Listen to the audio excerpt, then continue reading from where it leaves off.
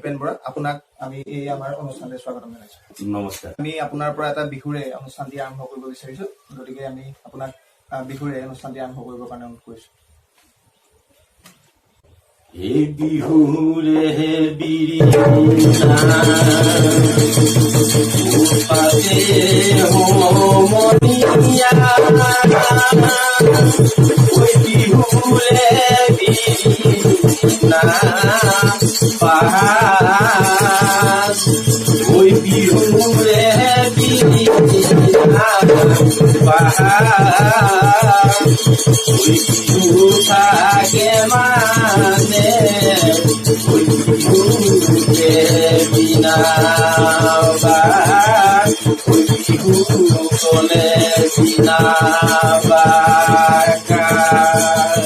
প্ৰথমতে মই আপোনাৰ পৰা জানিব বিচাৰিছো, তাহানিৰ বিহু আৰু আজিৰ তাৰিখৰ বিহু যথেষ্ট তফাৎ দেখিবলৈ পোৱা যায়, বিভিন্ন চৰ্চা বা বিতৰ্কও হৈছে। এই সম্পৰ্কত এজন সাংস্কৃতিক লোক হিচাপে, লোকশিল্পী হিচাপে বিহু সম্পৰ্কত আপোনাৰ যথেষ্ট দখল আছে, কি কব? বিহু আৰু তাহানিৰ বিহু আৰু আজিৰ বিহু কি পাৰ্থক্য দেখিছে? তাহানিৰ বিহু আৰু আজিৰ বিহুৰ মাজত যথেষ্টখিনি পাৰ্থক্য দেখিবলৈ পোৱা যায়। আগৰ বিহুৰ যিটো স্বকীয় ৰূপ আছিলে, যিটো নিজৰ মানে স্বকীয়তা আছিলে, আজিকালি বিহুত সেইখিনি দেখিবলৈ পোৱা নাযায়। কাৰণ আগৰ বিহুবিলাক এটা পৰিমাৰ্জিত ৰূপত বিহুবিলাক গোৱা হৈছিল, কিন্তু আজিকালি সেই পৰিমাৰ্জিত যিটো ৰূপ, সেই বস্তুটো দেখা পোৱা নাযায়। আৰু আগৰ গীত মাতৰ পৰা আদি কৰি লয়লাস নাচোন ভংগীৰ পৰা আদি কৰি ঢোল, পেঁপা, গগনা, সুতুলি, মানে আমাৰ যিমানখিনি লোকবাদ্য আছে, সেই বাদ্যখিনি যিটো ব্যৱহাৰ কৰা হৈছিল, আজিকালিও সেইখিনি ব্যৱহাৰ কৰিছে, কিন্তু হলেও আগৰ সেই বাদ্যখিনি ব্যৱহাৰ আৰু বৰ্তমানৰ ব্যৱহাৰৰ ক্ষেত্ৰত কিছু পাৰ্থক্য আছে। সেইটো কাৰণে আগৰ যিবিলাক বিহু বৰ্তমান এতিয়া সেইবিলাক দেখিবলৈ খুব কমহে দেখিবলৈ পোৱা যায়। কাৰণ আজিকালি আধুনিকতাৰ ধামখুমীয়াত বিহুৱে এটা নতুন ৰূপ লৈছে, বিহু মঞ্চলৈ আহিছে। গতিকে বিহুৱে এটা আগৰ বিহুতকৈ এতিয়া নতুন বিহু চামে এতিয়া সুকীয়া মাত্ৰালৈ গতি কৰি আছে।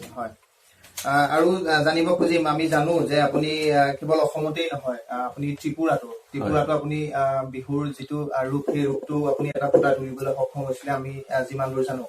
তদানীন্তন সেই সময়ৰ ত্ৰিপুৰাৰ শিক্ষামন্ত্ৰী অনিল সৰকাৰৰ লগত তেখেতলোকে তেওঁলোকৰ জৰিয়তে আচলতে বিহু পৰিৱেশন কৰিছিলে। গতিকে সেই পৰিৱেশটো মই কিছু জানি ল'ব খুজিম। তাৰ পিছতে মই আন এটা প্ৰসংগ, খগেন মহন্তৰ সৈতে তেখেতে সম্পৰ্ক লাভ কৰিছিলে, ঢোলৰ ওজা সোমনাথ বৰাৰ লগত তেখেতে সম্পৰ্কলৈ আহিছিলে, সেই বিষয়ে জানিম। কিন্তু মই এতিয়া ত্ৰিপুৰাৰ সেই সময়ত তদানীন্তন শিক্ষামন্ত্ৰী অনিল সৰকাৰৰ লগত তেখেতৰ কেনেকুৱা ধৰণৰ চা চিনাকি বা তেখেতৰ সম্পৰ্ক, বা লখিমপুৰ জিলাৰ পৰা সেই বিহুটো নি তেওঁলোকে ত্ৰিপুৰাত কেনেধৰণে উপস্থাপন কৰিছিলে, সেই সম্পৰ্কে কিছু জানিব খুজিম।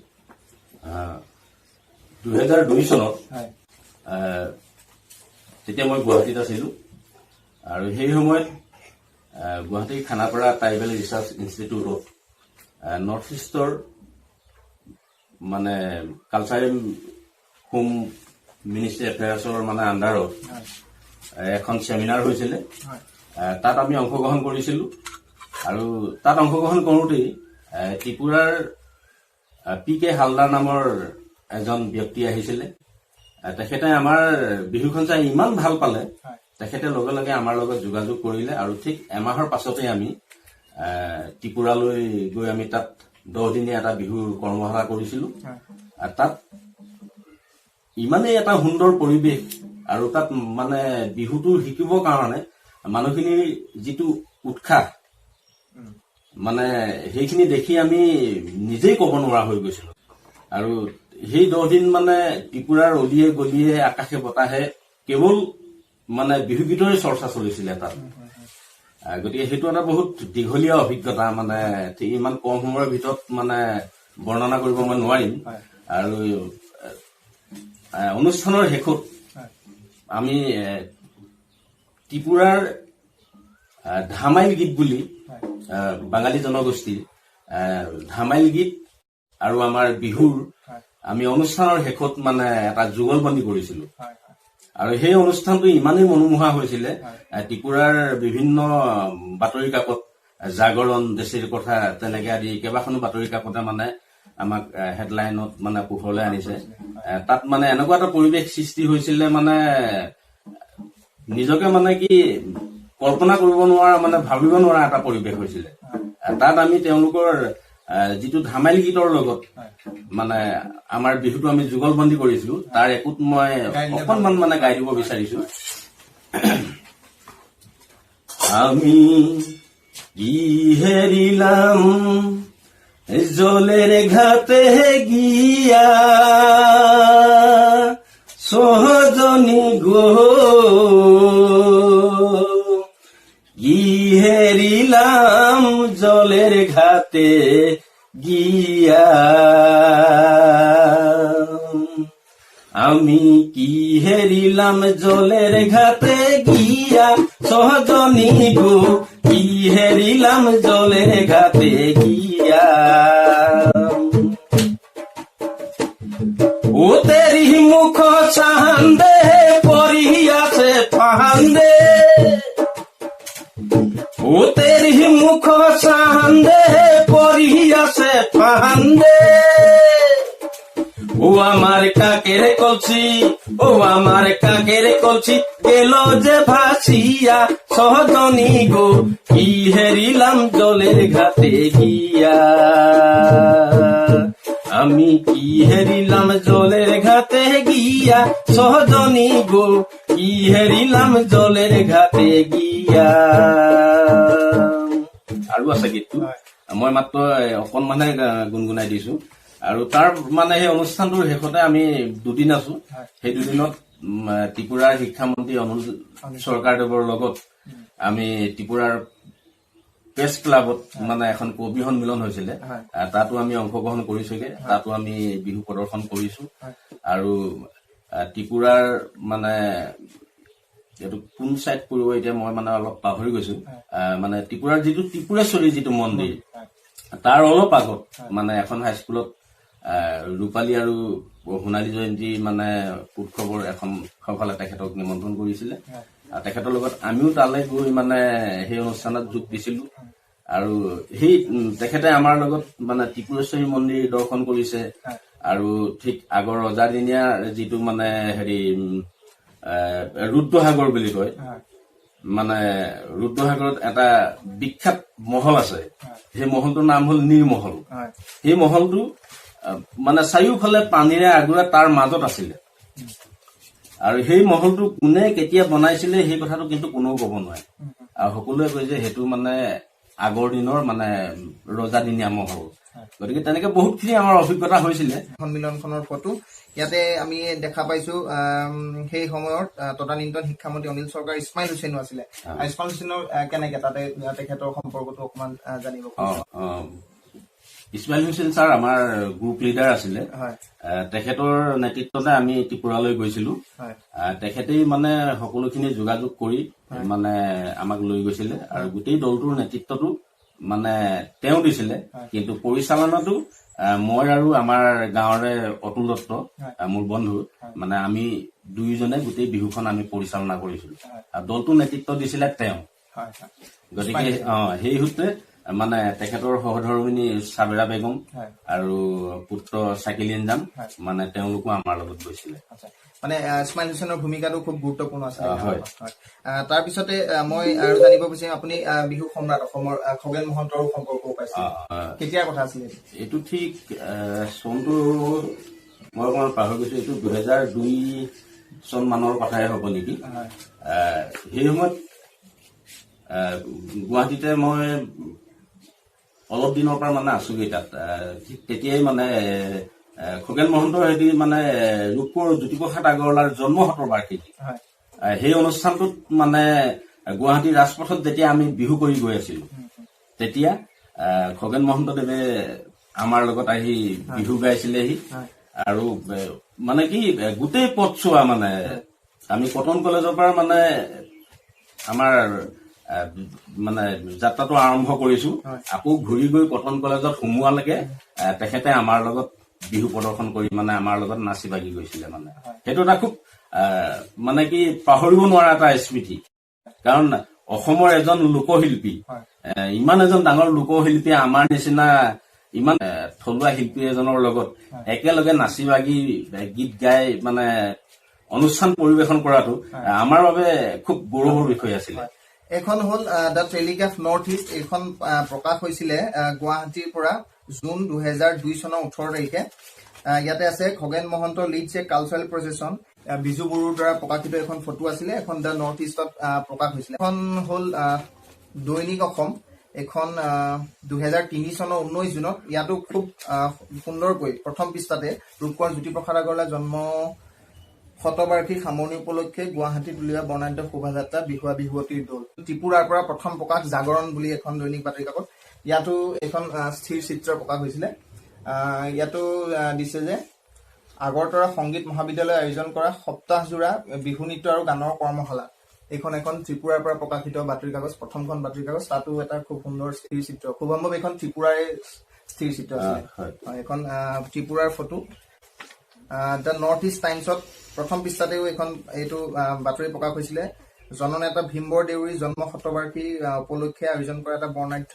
সাংস্কৃতিক শোভাযাত্ৰা 5 অক্টোবৰ 2002 দ্য নৰ্থ ইষ্ট টাইমছত প্ৰকাশিত প্ৰথম পৃষ্ঠাতে এটা স্থিৰ চিত্ৰ দেশেৰ বাৰ্তা বুলি এখন দৈনিক বাতৰি কাকত সেইখনতো ইয়াতে ওলাইছে মিউজিক কলেজে কৰ্মশালা শেষে বিহু নৃত্য পৰিৱেশন কৰিছিল আছামীৰ শিল্পী এইখনো খুব সুন্দৰভাৱে ফটোগ্ৰাফ কৰিছে আপুনি খুব সুন্দৰভাৱে আপোনাৰ স্মৃতিবিলাক সংৰক্ষণ কৰি ৰাখিছে এইটো হয় বাৰু আৰু কিছু কিছু হেৰি মানে ইতিমধ্যে নষ্টও হৈছে তাৰমানে কি এতিয়া আজিৰ পৰা ধৰি লোৱা ঠিক 25-30 বছৰৰ আগৰ মানে যিবিলাক বস্তু আছিলে মানে সেই বস্তু কিছুমান মানে কি সংৰক্ষণৰ অভাৱত মানে কিছুমান বস্তু নষ্ট হৈ গৈছে বিহু সম্পৰ্কত আলোচনা কৰিম আৰু আলোচনা কৰিবলগীয়া কেইবাটাও গুৰুত্বপূৰ্ণ দিশ আছে আমি তাৰ মাজতে আমি এটা গীত শুনি ল'ম বিহু গীত শুনিম তাৰপিছত আমি পুনৰ আমাৰ এই আলোচনালৈ আমি আগবাঢ়িম প্ৰথম যেতিয়া আমি হুঁচৰিযোৰা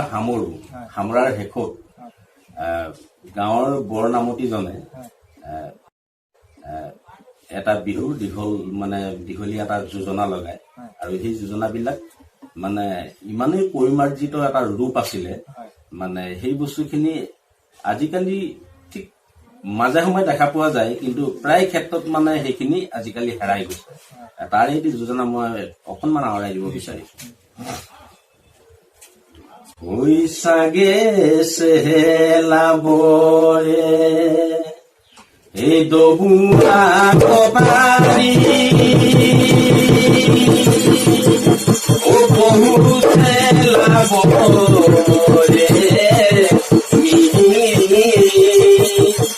ওই বহু চেলাবৰে ও গাঁৱৰ বুঢ়ানে উদায়ে নধৰিবা গাই যাওঁ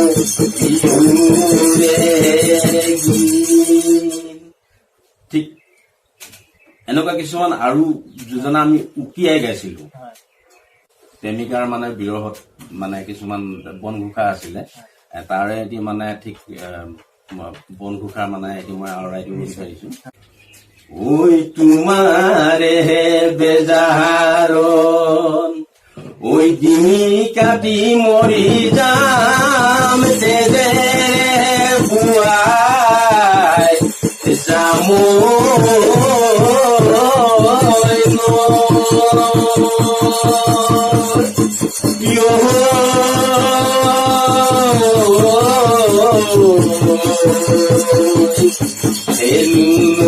কণিতে ওই তুমি নাও চলা বাউ ওই হাতত গাব খালো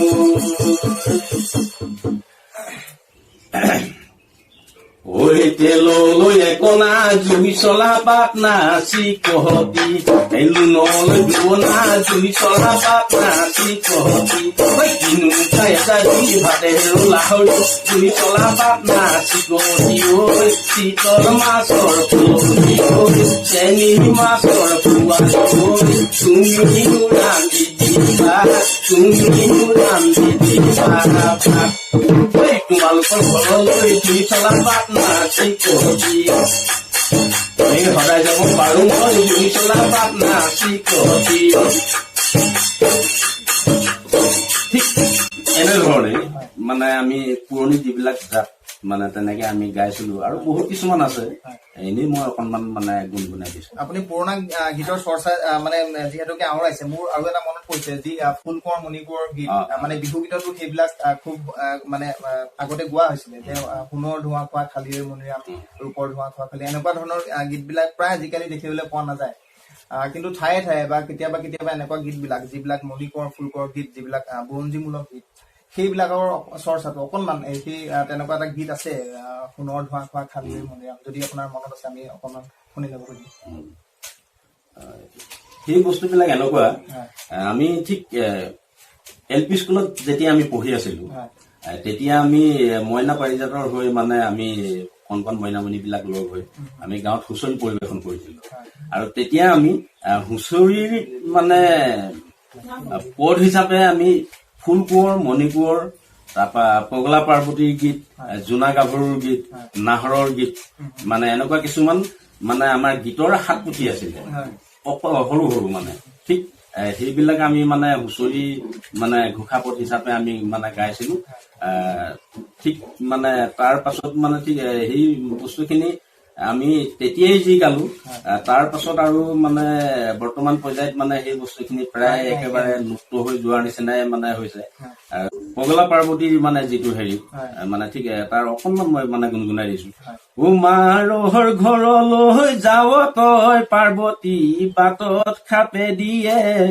ধৰিম হে নঘৰৈ পুৰণা কামি হুঁচৰি গাবলৈ আহিছো আমি ফুল কোঁৱৰ মণি কোঁৱৰৰ হেৰিয়ত মানে শংকৰদেৱ ৰজাৰ পুতেক মণি কোঁৱৰ মানে পুতেক মণি কোঁৱৰ কাঠৰ ঘোঁৰাত উঠি যায় ঠিক মানে তেনেকে আছিলে অলপ পাহৰি গৈছো মানে বস্তুবিলাক ঠিক তেনেকে সেইবিলাক মানে আগতে যথেষ্টখিনি চৰ্চা চলিছিলে কিন্তু সেই বস্তুখিনি কালৰ বুকুত মানে এতিয়া প্ৰায় নোহোৱা হৈ গৈছে কোনো কোনো অঞ্চলত আছে যদিও মানে মোৰ দৃষ্টিত কিন্তু বৰ্তমানলৈকে সেইখিনি এতিয়া পৰা নাই আৰু ঠিক মানে সেই মানে হেৰিখিনি মানে তুমি কোৱা নিচিনাকে মানে উজায়ে নৰুৱা ভটিয়াই বৰদোৱা মাজতে বাসুদেৱ উঠান মানে আমাৰ পুৰণি ঐতিহাসিক মানে প্ৰসিদ্ধ যিখন আমাৰ বাসুদেৱ থান সেই থানখনৰ ওপৰতো আমাৰ মানে কিছুমান আমি বিহু গীত মানে গাইছিলো তাৰপাছত ঠিক মানে ব্ৰিটিছৰ দিনৰ মানে যিখিনি তুমি মণি কোঁৱৰ গীতৰ কথা কৈছা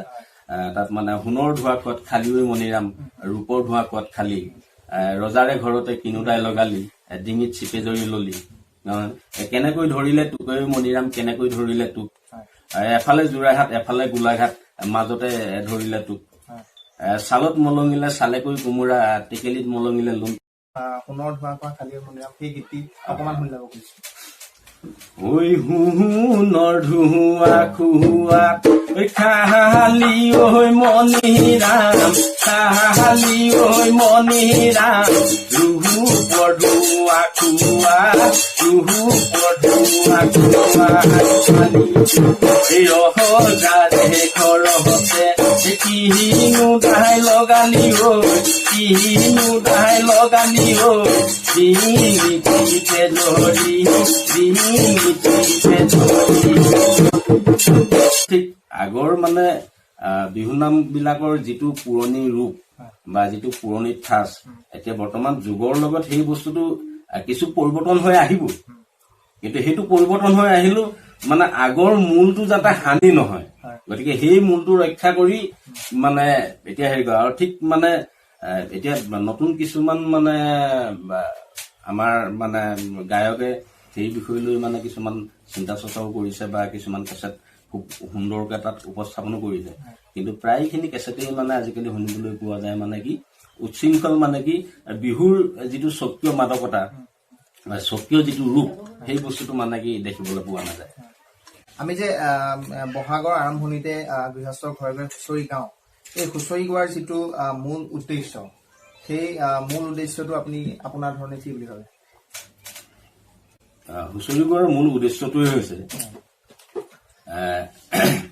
গৃহস্থক ৰাইজে মানে একাজলি আশীৰ্বাদ দিয়া।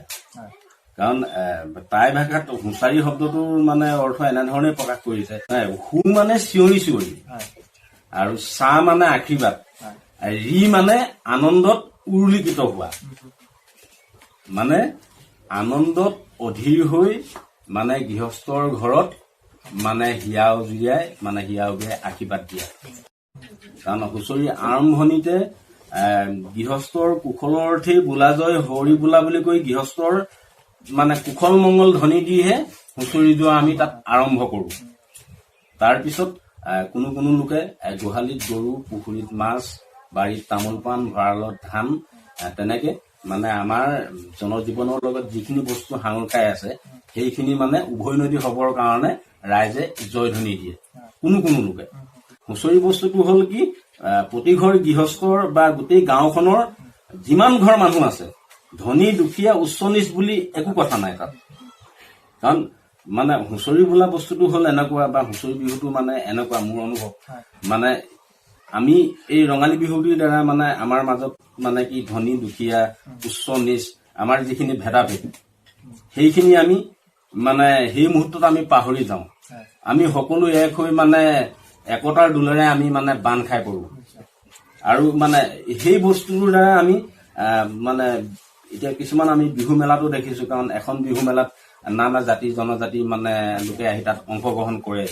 গতিকে এই মানে নানা জাতি জনজাতিৰ লোকবিলাক মানে তাত লগ হৈ তাত মানে তেওঁলোকৰ মনৰ ভাৱ বিনিময়ৰ জৰিয়তে যিটো এটা সমন্বয়ৰ হেতু গঢ়ি উঠে, সেইটো কিন্তু বহুত ডাঙৰ কথা। কাৰণ এই বস্তুটো কি মানে বিহুৰ জৰিয়তে সম্ভৱ বুলি মই ভাবো। মানে আমি পদ আওৰাও বা পদ দিওঁ হুঁচৰি গোৱা আৰম্ভণি পূৰ্বে, বিহু নাম চাম কৰাৰ পূৰ্বে, এই তাতে বৈষ্ণৱ যিটো পৰম্পৰা কীৰ্তনৰ সম্ভৱ কেনেকুৱা হুঁচৰি লগত? ঠিক মানে আমি আগৰ দিনত মানে গাইছিলো, এই কৃষ্ণাই মূৰতে বকুল ফুলে পাহি, নিয়ৰ পাই মুকলি হলৈ গোবিন্দাই ৰাম।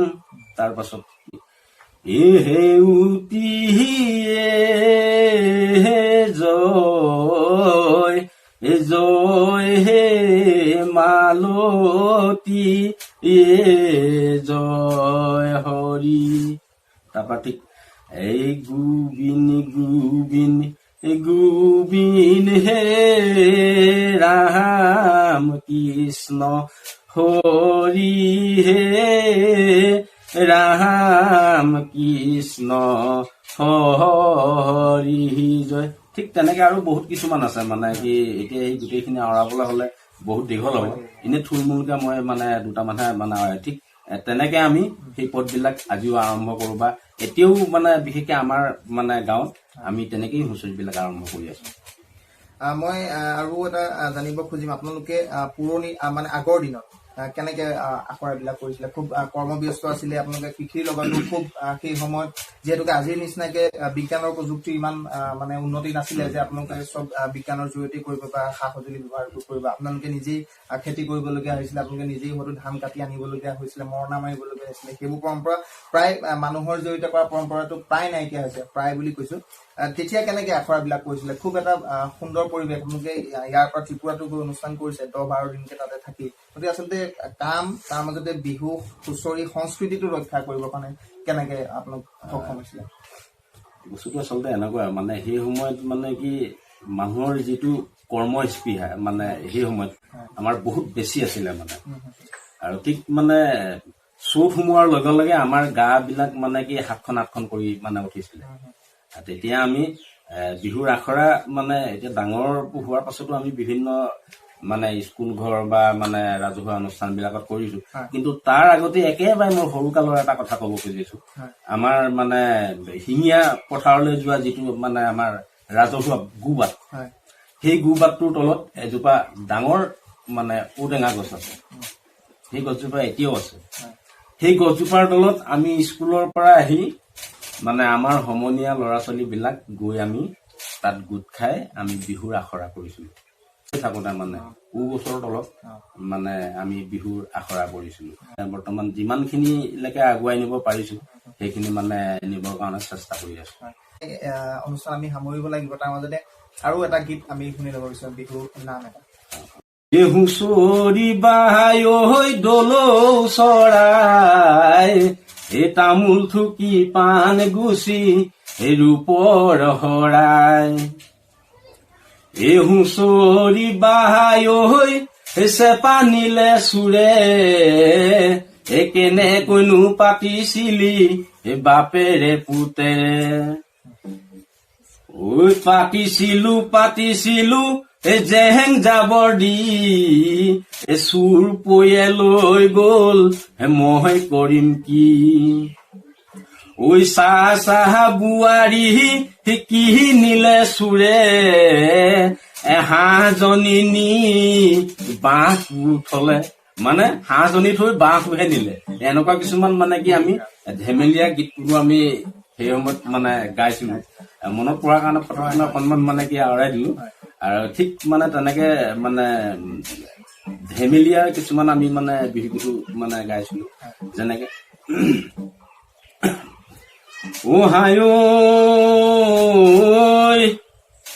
ঐ ছাগলী পেটতে জনমে নলবা, সেই তাৰো হল ভুবুৰা দাড়ি, এই বোলো হয় হয় হয়।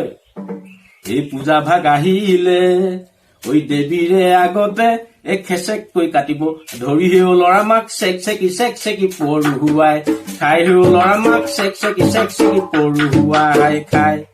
সেই আকৌ হেও লৰা মাক চেক চেকি পৰুৱাই খাই, হেও লৰা মাক চেক চেকি পৰুৱাই খাই। তাৰপৰা ঠিক মানে এনেকে চেংকলি নিকলি কাঁহী বাতি নুধুলি পেচ পাতি নেখালি ভাত, এই বোলো হয় হয় হয়। এই আহো বুলি নাহিলি, এই বৰষুণত তিয়ালি, এই বাটুলি গুটি মৰালি, গাতে সৰু বাৰী চৰে গোহালি, সৰু লীলা পঢ়িবলৈ নিদিলা, বিৰালা বুকু ফালি চিটিকা, পাতি জৰি যতে মৰ ততে মেৰো, যতে মৰ ততে কৰি। এই যোৱা ৰাতি সপোনত এই নাঙল খাই পাইছিলো, এই ডিলাডাল আছিলে লগত, এই বোলো হয় আকৌ বোলো ডিলাডাল আছিলে লগত। এই নাভাবি নিচিন্তি এই গিলি পঠিয়ালো, এই ফালচটা লাগিলে এই গলত সৰু বাৰী চৰে গোহালি, গৰু লীলা বহিবলৈ নিদিলা, চিৰালা বুকু ফালি চিকিলিকা, পাতি জৰি যতে মৰ ততে মেৰো, যতে মৰ ততে কৰি। এনেকুৱা বিভিন্ন ধৰণৰ মানে আমি কি ধেমেলীয়া বিহুগীত মানে আমি গাইছিলো। তাৰ পাছত আমি হুঁচৰি হেৰিয়ত মানে কি তাত বস্তুটো কি মানে হুঁচৰিৰ লগত আধ্যাত্মিক মানে যিটো ভাৱ জড়িত হৈ আছে, গতিকে হুঁচৰি অনুষ্ঠানত যিকোনো গীত মানে পৰিৱেশন কৰিব নোৱাৰি, কাৰণ হুঁচৰি বিহুত মানে যৌন উত্তেজনামূলক বা যৌনগন্ধি মানে গীত মাতৰ তাত স্থান নাই। কাৰণ আৰু হুঁচৰিত মানে কি হয়, অকল মানে কি আগৰ হেৰিয়ত মানে কি অকল পুৰুষৰহে তাত স্থান, কিন্তু আজিকালি বিহু মঞ্চ বিলাকত মানে লগত নাচনীও সংযোগ কৰি হুঁচৰি বিহু বুলি দি মানে মঞ্চত বিহু উপস্থাপন কৰিছে। সেই বিষয়লৈ বাৰু নকওঁ। ঠিক আগৰ মানে আমি এনেকুৱা কিছুমান মানে হেৰি গাইছিলো, ই আইতা হে নহ কছাৰী, এই চাৰি গাঁৱৰ এই ডাব কটাৰী, এই বহৰী গাঁৱৰ তামোলে, এই পানে আইতা তেজি মলা, ৰহৈ ৰহৈ ধেমালি, কৰ আইতা পাহানি মলা, ৰহৈ ৰহৈ ধেমালি কৰ। বিহু আনন্দিয়া নাও আইতা ন কছাৰী, বিহু নন্দিয়া নাও আইতা ন কছাৰী। বিহুৰেও অসমীয়া মাতে আইতা ন কছাৰী, চাৰি গাঁও ডাব কটাৰী, বহি গাঁও তামোলে পানে কাটে মলা ৰৈ ৰৈ ধেমালি পৰৱাই পান মলা ৰৈ ৰৈ ধেমালি ৰৈ ৰৈ ধেমালি কি চৌৰাৰে নাও কাটে বিমলা এই কাঠে সৰু কানাও পানী মলা মৰুৱা হৈ কাঠৰে জতৰাই নকটাৰী চাৰি গাঁৱৰ জাক কটাৰী বহি গাঁৱৰ তামোলে পানে কাঠে বিমলা ৰৈ ৰৈ ধেমালি পৰৱাই পানী মলা ৰৈ ৰৈ ধেমালি ৰৈ ৰৈ ধেমালি। মই শেষত আপোনাৰ পৰা জানিব খুজিম আপুনি বিহু শিল্পী হিচাপে আপুনি এজন বৰ ঢুলীয়া হিচাপে বিভিন্ন ঠাইত আপুনি সন্মান বুটলিবলৈ সক্ষম হৈছে বুলি আমি জানো। কেনেকুৱা ধৰণৰ সন্মান আপুনি বুটলিবলৈ সক্ষম হৈছে? মই বিশেষকৈ আৰু জানো যে আপুনি ফাট বিহুত খুব সুন্দৰ নাম কৰিবলৈ সক্ষম হৈছে। অসমৰ ঢোলৰ ওজা সোমনাথ বৰাৰ লগতো সান্নিধ্যলৈ আহিছিলে। আমি খুব বিস্তৃত ৰূপত সেই কথাখিনি জানিব খুজিম। 1990 চন হ'ব নেকি, ঠিক তেতিয়া মানে আগৰ আমাৰ ঢকুৱাখানাৰ ফাট বিহু ঢকুৱাখানাৰ গভৰ্ণমেণ্ট নেভিৰ ফিল্ডত মানে পাতিছিলে। তাত মানে মঞ্চ এখন তৈয়াৰ মানে কৰে আৰু ফিল্ডত মানে কি গছৰ ডাল পুতি তাত বিহু দলবিলাকক বিহু কৰিবলৈ দিয়ে। ঠিক তেনেধৰণে মানে আমি যেতিয়াবা ফাট বিহুলৈ গৈছো বা মানে অলপ বুজি পোৱা হৈছো মানে কেইবছৰমান মানে ঠিক আমি তেনেকেই মানে চলি থকা দেখিলো। তাৰ পাছত মানে ঠিক 1990 চনেই হ'ব, ঠিক সেই সময়ত মানে আমাৰ ঢকুৱাখানাৰ যিখন মুগা ফাৰ্ম, সেই মুগা ফাৰ্মত মানে মুকলি পৰিৱেশত চোম গছৰ তলত মানে সেইবাৰ সেই বিহুখন অনুষ্ঠিত কৰিছে। আৰু সেই মানে বিহুখনত যথেষ্ট সংখ্যক মানে দল তাত আহি অংশগ্ৰহণ কৰিছেহি। আৰু তাত মানে অসমৰ ঢোলৰ ওজা মানে সোমনাথ বৰা ওজা মানে তেখেতে আহি তাত ঢোল বাদন পৰিৱেশন কৰিছেহি। তেখেতৰ লগত মানে আহিছিল প্ৰসেন বৰা, প্ৰদীপ বৰা বুলি এজন আহিছে আৰু নলিন বৰা আহিছে। মানে তেওঁলোকে মানে ঠিক বিহু ওজাৰ মানে যিবিলাক মালিতা, যিবিলাক গীত মাত সেইবিলাক মানে তেওঁলোকে তাত পৰিৱেশন কৰিছে। আৰু মানে সেইখন বিহুত মানে কি মোৰ এটা মানে প্ৰথম তেতিয়া মই কি শ্ৰেষ্ঠ বিহুৱা হিচাপে মই তাত মানে বিহুৱাৰ সন্মান লাভ কৰিবলৈ সক্ষম হৈছিলো। আৰু তেতিয়া মানে কি আজিৰ নিচিনাকে টকা পইচা মানে দিয়াৰ কোনো হেৰি নাছিলে। তেতিয়া মানে বঁটা হিচাপে আমাক দিয়া হৈছিলে এখন ধুতি আৰু লগত পাঞ্জাবী চোলা। ঠিক মানে তেনেকে আমাক মানে সম্ভাষণ জনাইছিলে। আৰু মানে ইমানেই মানুহ তাত মানে লোকাৰণ্য হৈছিলে মানে, কাৰণ মানে বিহুখন তালে নিয়াটো সেইটো এটা নতুন মানে আমেজ ৰাইজে পাইছে। আৰু লগতে সোমনাথ বৰা ওজা ডাঙৰীয়াও যেতিয়া আহিছে বুলি গম পাইছে, তেতিয়া মানে মানুহ দলটো ফেণ্ডলটো কৰি মানে তাত মানুহে ভিৰ কৰিছেহি। আৰু মানে কি বৰা দেৱৰ মানে যিখিনি ঢোল বাদন বা যিখিনি ওজাৰ হেৰি, সেইখিনি চাই আমি নিজেও বহুত অনুপ্ৰেৰণা মানে লাভ কৰিছো। আৰু তাৰ পাছতো মানে তেখেতে ঢোল বজাই মানে বিহু গীত মানে পৰিৱেশন কৰিছে। তেখেতৰ লগত পৰাই নোৱাৰে, কাৰণ আমিতোতো মানে সেই সময়ত অলপ মানে কি ঢোল বজাবলৈ শিকিছোহে। আমি তেখেতৰ লগত বজাব পৰা মানে আমাৰ যোগ্যতা হোৱা নাই। হ'লেও এনেই হাতখনে আঙুলিকে বোলাই মানে তেখেতৰ লগত মানে আমিও ঢোল সংগত কৰিছো। স্বনামধন্য ব্যক্তিৰ লগত মানে তেনেকুৱা এটা কাম কৰিবলৈ পোৱাটো আমাৰ কাৰণে বহুত গৌৰৱৰ বিষয় আছিলে মানে। আৰু সেইবিলাক স্মৃতি আজিও মনত মানে পৰিলে মনটো মানে কিবা এটা আনন্দত মানে ফুলি উঠে। শেষত জানিব বিচাৰিম, আজি ঢোলৰ মালিতা বিলাক প্ৰায় শুনা নাযায়। বিহু নাম বিলাকৰ যিটো স্বকীয় মাদকতা আছিলে প্ৰায় হেৰাইছে বুলি ক'ব লাগে। বিহু হুঁচৰি ঠাইত বিহু মঞ্চলৈ গৈছে, তাতো নতুনত্ব আছে। মানে সেইবিলাক সংৰক্ষণ কৰিবৰ কাৰণে এতিয়া নতুন প্ৰজন্মই হওক বা আপোনালোকৰ দৰে লোক সংস্কৃতিৰ লগত জড়িত ব্যক্তিসকলে কেনেকুৱা ধৰণৰ ব্যৱস্থা, বা আনে লোক সংস্কৃতিৰ লগত জড়িত ব্যক্তিসকলেই হওক বা যিবিলাক গৱেষক বিহু সম্পৰ্কত যিবিলাক ব্যক্তিয়ে গৱেষণা কৰি আছে, তেওঁলোকে কেনেকুৱা ধৰণৰ পদক্ষেপ গ্ৰহণ কৰিলে বিহুটো আগৰ দৰে থাকিব বুলি আপুনি বিশ্বাস কৰে? ইতিমধ্যে যথেষ্ট গৱেষকে বিহুৰ ওপৰত বিভিন্ন প্ৰবন্ধ পাতি কিতাপ পত্ৰ লিখিছে। একেবাৰে নিলিখাকৈ থকা নাই। মানে আমাৰ অসমৰ বৰ বিহুৱা ডক্টৰ লীলা গগৈদেৱেও বিহুৰ ওপৰত যথেষ্টখিনি মানে ডাঙৰ ডাঙৰ কিতাপেই মানে তেখেতে উলিয়াইছে। তাৰপৰা মানে তীৰ্থ ফুকনেও উলিয়াইছে, তাৰপৰা আমাৰ জয়কান্ত গন্ধিয়াদেৱেও উলিয়াইছে, আৰু তেনেকৈ বিভিন্ন মানে লিখকে মানে, আৰু আমাৰ লগত যোৱা মানে ইছমাইল হুছেইন দেৱেও মানে উলিয়াইছে। তেনেকে মানে কি অকল সেইকেইজনেই নাই, সেইকেইজনৰ মানে নামটো মোৰ ঠাউকতে মনলৈ আহিছে কাৰণে মই কৈছো।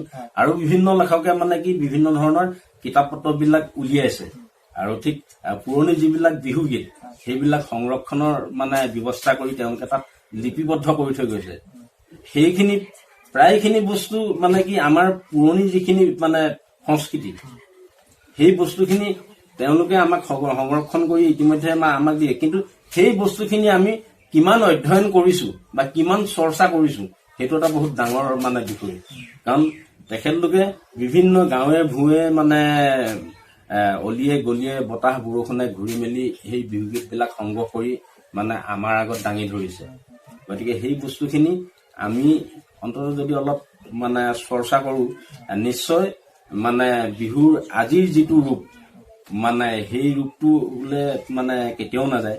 কাৰণ অলপতো পৰিৱৰ্তন হবই, কাৰণ আগৰ বিহু আৰু এতিয়াৰ বিহুৰ মাজত মানে কি যথেষ্ট পাৰ্থক্য আছে। গতিকে আগৰ আমি সেই পুৰণি গীত মাতবোৰকে আমি লওঁ, কিন্তু তাকে অলপ ঘঁহি মাজি অকণমান আমি নতুন ৰূপলৈ লৈ আহোঁ। মানে পুৰণি যিটো মূল গীতৰ যিটো মূল, সেই মূলটো হানি নোহোৱা, আৰু তেতিয়া নিশ্চয় আমাৰ সংস্কৃতিটো মানে অপসংস্কৃতিলৈ যোৱাৰ কোনো ভয় নাথাকে। আৰু সেই বস্তুখিনি যদি আমি সকলোৱে সমভাৱে যদি আমি চিন্তা চৰ্চাবিলাক কৰো, গতিকে নিশ্চয় মানে আমাৰ সংস্কৃতিটো কেতিয়াও এটা মানে বিজতীয়াৰ ওপৰলৈ যাব নোৱাৰে। আৰু সেই বস্তুখিনি আমি চিন্তা চৰ্চা কৰিলে সকলোৰে যদি আগ্ৰহেৰে আগবাঢ়ি যায়, নিশ্চয় মানে সংৰক্ষণ কৰিব পৰা যথেষ্ট থল আছে। অনুষ্ঠান আছিলে, এই সাক্ষাৎকাৰ অনুষ্ঠানটোত আমি বিহু সম্পৰ্কে কেইবাটাও দিশৰ সম্পৰ্কে জানিলো, কেইবাটাও পুৰণি গীতৰ সম্পৰ্কে আমাক তেখেতে গাই শুনালে। তেখেতৰ অতীতৰ যিখিনি স্মৃতি আছিলে সেইখিনিও আমাক কলে। আমি তেখেতক ধন্যবাদ জ্ঞাপন কৰিছো, তেখেতে আমাক এই বহুমূলীয়া সময়খিনি দি আমাক ধন্য কৰাৰ কাৰণে। মই আমাক এই অনুষ্ঠানটিত ঢোলত সংগত কৰিলে নিপু দত্ত, আমি তেওঁক ধন্যবাদ জনাইছো। আমাৰ তালত সংগত কৰিলে উজ্জ্বল শইকীয়া, আৰু আমাৰ কেমেৰাত সহায় কৰিলে মানৱ প্ৰতিম কাশ্যপে। মই তিনিওজনকে ধন্যবাদ জনাই অনুষ্ঠানটো সামৰিব লাগিব। কিন্তু পুৰণি গীত বুলি ক'লে যিহেতুকে পুৰণি গীত শুনাৰ মাদকতাবোৰ আমি এৰিব নোৱাৰো, গতিকে মই শেষত তেখেতৰ পৰা বিহুগীত দুটাৰ অনুষ্ঠান সামৰিব খুজিম। এই চতহতে চকৰি ই বহাগত বগৰী জেঠতে আমনা জেঠতে আমনা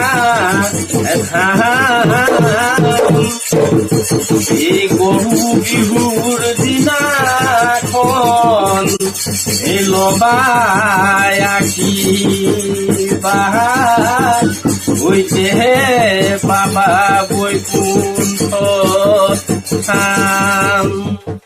পুৰণি গীত বুলি ক'লে সকলোৰে গা হাতখন হাতখন হৈ থাকে, গতিকে অনুষ্ঠান সামৰিম বিহুগীতেৰে সামৰিম। নৰুৱা নাচনী বতিয়াই বৰদুৱা, এই উদাই নৰুৱা নাচনী বতিয়াই বৰদুৱা, নাচনী মাজতে বাকুদেউ, মাজতে বাকুদেউ ধাম। লাগনি পিৰি কৈ নাচনী লাগিবই নাপাহালে, লাগনি পিৰি কৈ নাচনী লাগিবই নাপাহালে, নাচনী মুচুকাই ভাগিলে, মুচুকাই ভাগিলে ঢাল। হুহুনৰ ধুৱা খুৱা কাহানি ঐ মনিৰাম, কাহানি ঐ মনিৰাম, ধুৱা খুৱা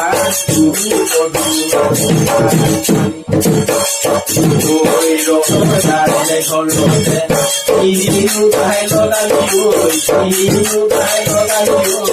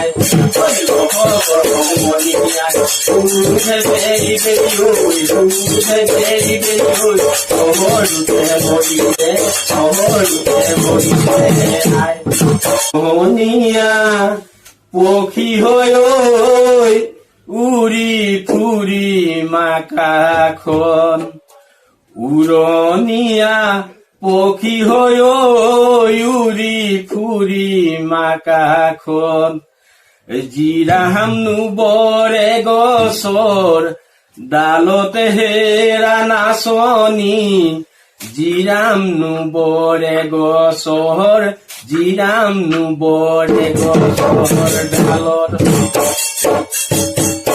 উৰণীয়া পক্ষী হৈ উৰি ফুৰি মাকাখন উৰণীয়া পক্ষী হৈ উৰি ফুৰি মাকাখন জিৰামনো বৰে গছৰ ডালতে হেৰা নাচনি জিৰামনো বৰে গছৰ জিৰামনো বৰে গছৰ ডালত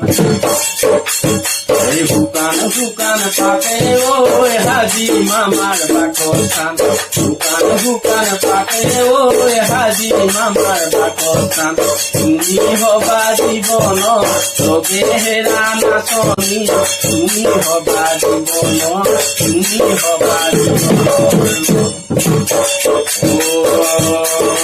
তোমাৰ কান্দিম বুলি ধৰ্মই সাজিলো তোমাৰ কান্দিম বুলি বৰে ধৰ্মই সাজিলো গৰু বন্ধা গোহালি চলে হেৰা নাচনি গৰু বন্ধা গোহালি গৰু বন্ধা গোহালি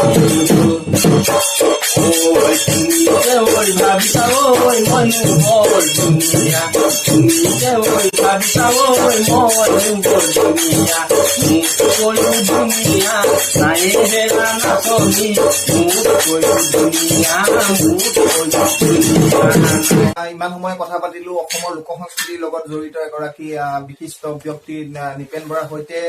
লখিমপুৰ নহয়, অসম নহয়, অসমৰ বাহিৰতো তেখেতে লোক সংস্কৃতিৰ চৰ্চা কৰিছে। ত্ৰিপুৰাতো তেখেতে জনপ্ৰিয়তা অৰ্জন কৰিবলৈ সক্ষম হৈছে। গতিকে ইমান সময় আমি কথা পাতিলো বিহু সম্পৰ্কে, বহুবোৰ কথা জানিবলৈ আমি সক্ষম হলো। কেইবাটাও পুৰণি বিহু গীত তেখেতে আমাক শুনালে। মই আশা কৰো যে অসমৰ ৰাইজে সেইখিনি খুব আদৰি লব বা ভাল পাব। চাই থাকিব আপেক্ষিক। ইমানতে সামৰিছো, ধন্যবাদ।